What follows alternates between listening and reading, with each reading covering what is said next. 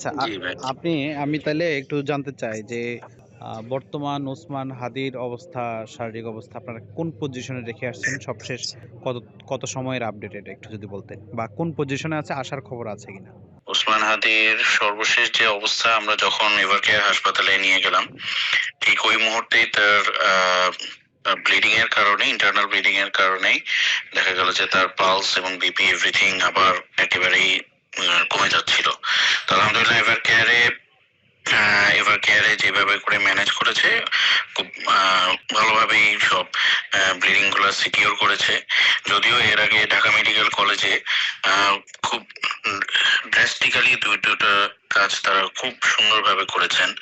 এক হচ্ছে, ওখানে নিয়ে আসার পরপরই সে একটা কার্ডিয়াক অ্যারেস্টে চলে যায়। সেই কার্ডিয়াক অ্যারেস্টে যাওয়ার পর আবার সিপিআর দিয়ে তাকে ইনকিউবেট করে ওটিতে নিয়ে যাওয়া হয়, এবং আমরা দেখেছি যে তার ব্রেইনের যে জায়গায় আঘাতপ্রাপ্ত হওয়ার কারণে ব্রেইনটা প্রচন্ড পরিমাণে ফুলে গিয়েছিল।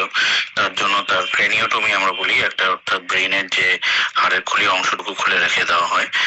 এরপরে তো ওখানকার ডক্টররা, নিউরোসার্জন থেকে শুরু করে ওখানকার ইন্টেন্সিভিস্ট, আইসিইউ স্পেশালিস্ট এবং ইভেন ব্লাড ব্যাংক থেকে রক্ত বারবার ম্যানেজ করে তাকে একটা সিকিউরড অবস্থায় আমরা তাকে ঢাকা মেডিকেল কলেজ থেকে এভার কেয়ারে ট্রান্সফার করে নিয়ে আসি। But in the meantime পুরোটা রাস্তাই ভালো ছিল, কিন্তু এরপরে ঠিক আমরা যখন পৌঁছাই ঠিক তার আগ মুহূর্তেই সে আবার একটু ডাউন হয়ে যাচ্ছিল। তো আলহামদুলিল্লাহ এভার কেয়ারে আসার পরে তাকে সিকিউর করা হয়, এবং এর পরপরই ওইখানে যে ক্রিটিক্যাল কেয়ার মেডিসিন স্পেশালিস্ট এবং ICU specialist doctor Zafar Iqbal sir ওখানে রিসিভ করেন তাকে, এবং ওখানে মোটামুটি এখানে neuro surgeon, thoracic surgeon, cardiothoracic surgeon থেকে শুরু করে সবাই এসে তার ব্লিডিং গুলো সিকিউর করেন, এবং একই সাথে ফোকাস বলি আমরা, পয়েন্ট অফ কেয়ার আল্ট্রাসাউন্ড করে তার বিভিন্ন এরিয়াগুলো এবং আর্টারিয়াল লাইনগুলো হচ্ছে স্ট্যাবলিশ করা হয়।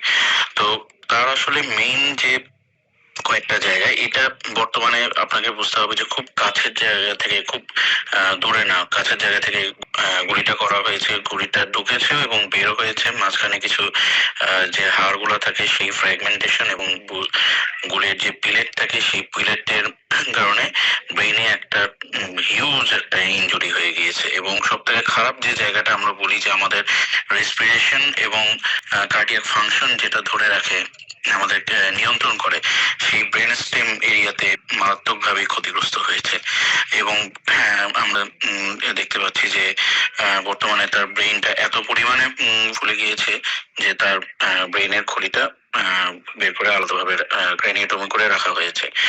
তো এরকম একটা কন্ডিশনে আসলে এই মুহূর্তে তাকে সে কি অবস্থায় আছে এটা বলাটা কনক্লুসিভলি কোনো কিছুই বলা যাবে না, একেবারেই ইনকনক্লুসিভ থাকবে। তো কনক্লুসিভলি কিছু বলতে গেলে আরো হয়তো 3-4 দিন সময় নিতে হবে। আমরা বলি যে এটা একটা নিউরোনাল শক কন্ডিশনে আছে। এরকম অবস্থায় ব্রেনে এরকম একটা ইনজুরি হইলে আমরা দেখছি যে অনেকেই বলছে যে সেই ব্রেন ডেথ হয়ে গিয়েছে। এরকম একটা কন্ডিশনে ডেফিনেটলি তার পিউপিল ফিক্স থাকবে,